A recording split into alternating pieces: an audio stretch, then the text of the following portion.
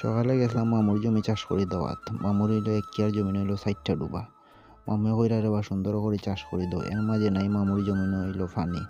মামুরে কইলাম মামু কিলা দিতাম সুন্দর করে চাষ করিয়া দিতাম কইনচাইন।